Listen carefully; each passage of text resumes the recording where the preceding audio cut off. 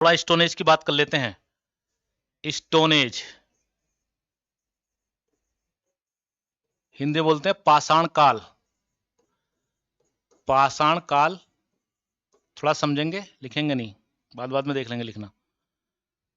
ये आपका प्रस्तर काल या पत्थर काल, बात एक ही है। अब सबसे पहले क्वेश्चन है कि इसको पाषाण काल क्यों कहा गया है, और कोई सा काल क्यों नहीं कहा गया। इसको पाषाण काल क्यों कहा गया, स्टोन एज। ठीक है जी, स्टोन एज इसको क्यों कहा गया है। टॉपिक नया है, स्टोन एज। हाँ जी बिल्कुल, क्लास लो, याद करो, बिंदास, माइंड सही होगा, इसको पढ़िए, रिवीजन कीजिए। तो मेरा क्वेश्चन भैया, इसको स्टोन एज क्यों कहा गया है, इसको और कोई सा एज क्यों नहीं कहा, इसको पाषाण काल क्यों कहा गया, स्टोन एज, बताइए जी। पाषाण काल, स्टोन एज, बताइए। मैं बताता हूं। देखो, जो इस समय का मानव था उसका सारा जीवन पत्थरों के इर्द गिर्द घूमता था। पत्थरों के औजार से अपनी दिनचर्या चलाना, पत्थर की गुफाओं में रहना, तो इसको पाषाण आज आपका स्टोन एज नाम दे दिया। नहीं, डेली सी टाइम नहीं होगी, कल और परसों होगी, उसके बाद 12:30 पर ही होगी। ठीक है जी। तो भैया इसको इसलिए स्टोन एज कहा जाता है। ठीक है जी, पाषाण काल को। अगर हम इसकी बात करें, थोड़ा समझा देता हूं स्टोन एज की। तो इसको भाई हम 3 भागों में बांट सकते हैं, अध्ययन की दृष्टि से, पढ़ने की दृष्टि से 3 भागों में बांट सकते हैं। पहला, पुरा पाषाण काल, इंग्लिश बोलते हैं पैलोलिथिक एज, पुरा पाषाण काल, पैलोलिथिक एज। ठीक है जी। दूसरा, मध्य पाषाण काल, मध्य पाषाण काल। ठीक है जी। और तीसरा, नव पाषाण काल, नियोलिथिक एज, ये आपका मेसोलिथिक एज, नव पाषाण काल, नव पाषाण काल। ठीक है जी। अब देखो, जो पुरा पाषाण काल है जी, पिंकी गुड इवनिंग, जो आपका पुरा पाषाण काल है, अगर हम पुरा पाषाण काल की बात करें, इसको भी अध्ययन के दृष्टि से 3 भागों में बांट सकते हैं हम।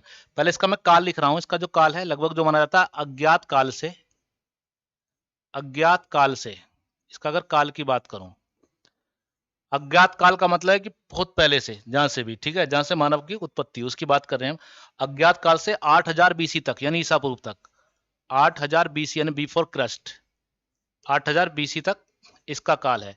इसको भी हम अध्ययन के दृष्टि से 3 भागों में बांटेंगे। ठीक है जी, इसको हम 3 भागों में बांटेंगे, जिसमें आपका निम्न पुरा पाषाण काल, इनको सबको जानना है थोड़ा थोड़ा इनके बारे में, हम जहां से क्वेश्चन आता है, निम्न पुरा पाषाण काल। ये मत सोचना कि पता नहीं क्या है, सब समझ में आएगा, पहले आप इसको डायग्राम को बना लीजिए। निम्न पुरा पाषाण काल, ठीक है जी। दूसरा आपका मध्यपुरा पाषाण काल, मध्यपुरा पाषाण काल, इसको 3 भागों में बांटा हमने, पाषाण काल। ठीक है जी। और तीसरा है उच्चपुरा पाषाण काल, उच्चपुरा पाषाण काल, पाषाण काल। ठीक है जी। ऐसे आपका मध्य पाषाण काल है। ठीक है जी। ये आपका 8000 बीसी से 4000 बीसी तक, देखो किताब में इधर उधर हो सकता है, टेंशन मत लेना, कभी हालांकि वो नहीं पूछेगा कि कब से कब तक है, कुछ किताबें कुछ कहती हैं, कुछ इतिहासकार 8000 से 4000 बीसी तक। ठीक है, ये आपका 4000 से लगभग 2500 तक, मान लो 2500 बीसी तक। तो इसमें कंफ्यूज मत होना, ये नहीं पूछेगा कब से कब तक है। ठीक है जी। अब देखो भैया, इसमें क्या होता था, आदमी पत्थरों में रहना, पत्थरों के सारे काम कर, इसलिए इसका स्टोन एज कहा जाता है। अब ये वाला जो जो आपका पुरा पाषाण काल, क्वेश्चन ऐसे बनेगा, कौन से काल को शिकार युग या ये युग या दूसरा युग कहा जाता है। अगर मैं इसकी बात करूं, पुरा पाषाण, इसको कहा जाता है शिकारी युग, हंटिंग एज। देखो फिर समझाता हूं आपको हंटिंग एज क्यों कहा जाता है, शिकारी युग, हंटिंग एज इंग्लिश में बोलेंगे, इसको बोलते हैं शिकारी युग, जो आपका पुरा पाषाण काल है। ठीक है जी। जो आपका मध्य पाषाण काल है, इसको बोलते हैं पशुपालन युग। पशुपालन युग इसलिए कहा जाता है क्योंकि यहां से पशुपालन के साक्ष्य मिले हैं, आपके दो स्थान है, बागोर और आदमगढ़, अभी बताऊंगा। और इसको कहा जाता है कृषि युग। इस समय के मानक में जो आपका मानव था उसमें बुद्धि आ गई थी काफी ठीक ठाक, तो उसने कृषि करना शुरू कर दिया, कृषि युग। अब देखो चेंज कैसे आएगा, किस आधार पर आएगा। इसको शिकार युग कहा जाता है, ठीक है जी। इस काल में क्या था, जो मानव था इस काल का, उसका जीवन पूरी तरह शिकार पर था, और उसमें इतना ही दिमाग था कि जैसे शिकार करने जा रहा है ना, शिकार करने जा रहा है, तो जो शिकार करा खा लिया, उसको रखता भी नहीं था, उसको इतनी बुद्धि नहीं थी, फिर शिकार पर चल देता। कोई बात नहीं, धीरे धीरे मानव का विकास हुआ। अब कभी कभी ऐसा हो जाता था कि व्यक्ति शिकार करने जा रहा है, खुद ही शिकार हो गया, कि पता पड़ी शिकार करने गया, खुद ही शिकार हो गया। तो उसके दिमाग में, जो इतिहासकारों ने जो सोचा है, उसके दिमाग में आएगा भी हम जब इनको मारते हैं, इनका शिकार करते हैं जानवरों का, क्या हम इनको पाल भी तो सकते हैं। हो सकता है उसकी फैमिली ने बताया हो कि भी पाल भी सकते हैं, जो भी, इसका तो खैर जवाब किसी के पास नहीं है, अनुमान के आयनों में लिखा गया है। तो उसके बाद इसको पशुपालन युग कहा जाता है, क्योंकि यहां पर दो ऐसे क्षेत्र हैं, एक आपका बागोर, जो आपका कहां पर है, राजस्थान में है, राजस्थान में। ये मध्यकालीन मध्यपाषाणिक आपका स्थल बागोर, और दूसरा आपका आदमगढ़, आदमगढ़। ये दो ऐसे स्थल हैं, ये आपका एमपी में, मध्य प्रदेश में, जहां से हमें पशुपालन के साक्ष्य मिले हैं। दोनों जगह से क्या मिला है, पशुपालन का साक्ष्य मिला है। तो इसने क्या किया, पशुओं को पालना शुरू कर दिया, पशुपालन का साक्ष्य है। तो इसलिए इसको क्या कहा है जी, इसको कहा है आपका पशुपालन युग, ठीक है जी। उसने बुद्धि आ रही थी मानव में कि भाई एक काम करो, शिकार विकार तो ठीक ठाक नहीं है, कभी हाथ लगता है, कभी हाथ नहीं लगता शिकार, और कभी कभी ऐसा होता है कि व्यक्ति खुद ही शिकार हो जाता है। तो उसका दिमाग डेवलप हुआ, तो उसने पशुओं को पालना शुरू कर दिया।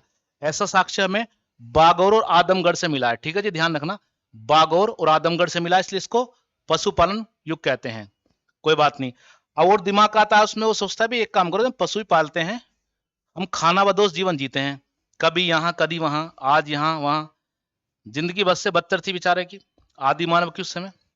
उसने कभी एक काम ना करो, अपना कृषि करनी शुरू कर दो। और जब व्यक्ति कृषि करेगा तो क्या होगा, मान लो किसी ने यहाँ अपने खेत को बोया है, तो उसी के आसपास रहेगा, तो उसमें क्या होगा, इसको कृषि युग कहा जाता है। यहीं से मानव में स्थायी जीवन की शुरुआत हुई, स्थायी जीवन, यानी एक जगह घर बनाकर रहने लगा।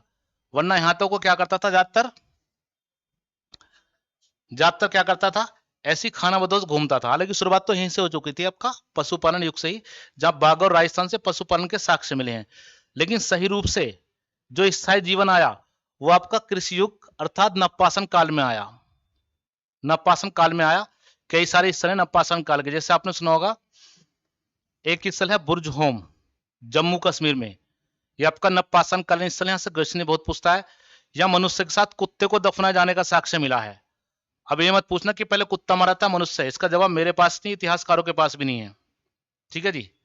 अब बहुत से बच्चे पूछ लेते हैं कि भैया पहले कुत्ता मरा था, या पहले जिस आदमी के साथ उसको दफना गया वो मरा। भाई मुझे नहीं पता, सच बता रहा हूँ, इतिहासकारों को भी नहीं पता।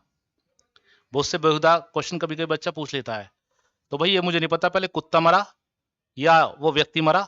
लेकिन बस इतना याद रखना आपको, बुर्ज होम से पशुपालन सॉरी कुत्ते को मनुष्य से दफनाए जाने का साक्ष्य मिला है, और कुत्ते के साथ साथ भेड़ बकरी भी दफनाए जाते थे जी।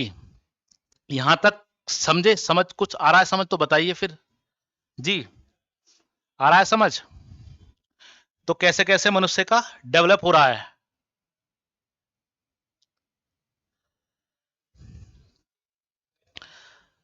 देखो शकल कैसे बदल गई है, अपन तुमको उसको बायोलॉजी पढ़ी है कभी, बायोलॉजी बायोलॉजी तो पढ़ी होगी। देखो परिवर्तन ही संसार का नियम है जी दुर्गेश, आपके क्वेश्चन का जवाब दे रहा हूं मैं। परिवर्तन ही संसार का नियम है। बानर चिंपैंजी से मानव का विकास हुआ है, जैसे है जलवायु परिवर्तन होता गया, तो हमारी शकल क्या, अकल भी बदलती गई। मैं शकल नहीं अकल की बात कर रहा हूं, ठीक है दुर्गेश जी। शकल तो छोड़ो कि कैसे बदल गई शकल मानव की, अकल भी बदलती चली गई, ठीक है जी। थेल्स थ्योरी पढ़ी है? थेल्स की थ्योरी आपने? अच्छी लग रही तो यार पढ़ो। ठीक है जी जनाब राम प्रताप जी। तो भैया थेल्स एक वैज्ञानिक था जर्मनी का। थोड़ा सा टच दे रहा हूं आपका, क्योंकि इतिहास को समझने थोड़ा बायोलॉजी का भी आपको नॉलेज होना चाहिए, यानी कि इतिहास रट लिया नहीं, सभी सब्जेक्टों को नॉलेज तुमको जरूरी है। तो एक थेल्स था, थोड़ा सा बता रहा हूँ, ठीक है दुर्गेश जी? आपके क्वेश्चन का जवाब दे रहा हूँ थोड़ा सा मैं, ठीक है? हालांकि बायोलॉजी मैं पढ़ाता नहीं हूँ, मेरा सब्जेक्ट नहीं है, ऑफलाइन पढ़ाई थी पहले कभी, बात अलग है, लेकिन पढ़नी पड़ती है। देखो एक थेल्स था, समझना थोड़ा आप सभी, ठीक है? जर्मनी का, ठीक है? उसकी एक थ्योरी, उसने कहा कि भाई जीवन का उदय जल से हुआ, जल से हुआ, सभी मानते हैं। एक कोशीय जीवाय, ठीक है जी? फिर आपके बहुकोशीय, आते आते जलचर थलचर, मैं पूरी कहानी छोड़ रहा हूं, ठीक है? Biology not my subject. उसके बाद जो बानर था, बानर हमारे आदि पूर्वज माने जाते हैं, तो उसमें आ रामापिथेकस, रामापिथेकस, ठीक है? उसके दिमाग की क्षमता 400 क्यूब घन सेंटीमीटर के आसपास बताई जाती है, रामापिथेकस, ठीक है जी? तो विकास होता है, जलवायु परिवर्तन। इसमें क्या था, इसकी लंबाई लगभग 42 इंच बताई गई है, और यह पहला सा मानव था जो 2 पैरों पर चलता था, क्योंकि बंदर तो 4 पर चलता है, आपको पता, बानर ये 2 पैरों पर चलता था। उसके बाद विकास की प्रक्रिया में आते आते जो हमारा वर्तमान का होमो सैपियंस सैपियंस है, उसके उदय, जैसे आप भी हैं और मैं भी होमो सैपियंस सैपियंस, ठीक है जी? तो विकास बंदर नहीं था, बंदर की तरह था, ठीक है जी? तो ऐसे विकास का पैमाना आया जी। और बताइए कोई और क्वेश्चन? चाहता तो मैं इसको पूरा बता सकता था आपको, लेकिन नहीं, बायोलॉजी नॉट माय सब्जेक्ट, मेरा सब्जेक्ट नहीं है जनाब बायोलॉजी, ठीक है? मैं थोड़ा इतिहास के पर्पज से आपको बता रहा हूं। बंदर तो सारे थे, पहले आदिमानव बंदर था, ना कोई किसी का गोत्र था, ना किसी का कोई धर्म था कि हिंदू है, मुस्लिम है, सिख है, ईसाई है। ये तो बवाल बाद में हुआ ना, कि आप हिंदू हैं, आप मुस्लिम हैं, आप सिख हैं, आप ईसाई हैं, आप ये हैं, वो हैं, ये तो बाद की कहानी है जी। यहां तक क्लियर है? तो बताइए।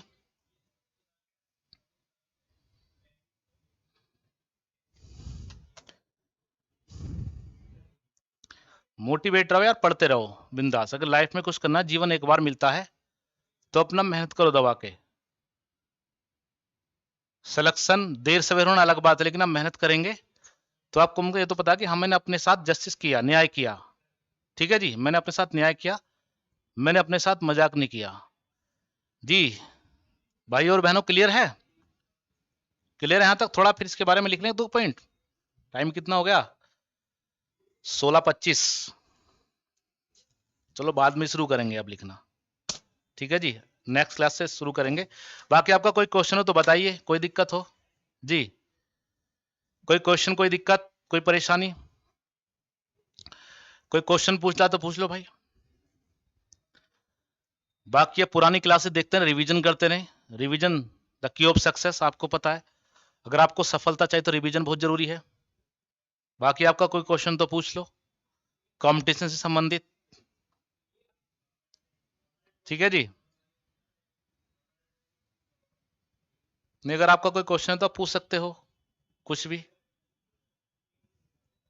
अगर आपको कोई परेशानी है सब्जेक्ट में, या कुछ भी दिक्कत हो, या आप कंफ्यूज हैं कहीं, कोई समस्या है तो बताइए जी।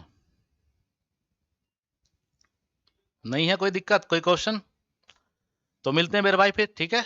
नेक्स्ट क्लास में सभी को नमस्कार, ठीक है?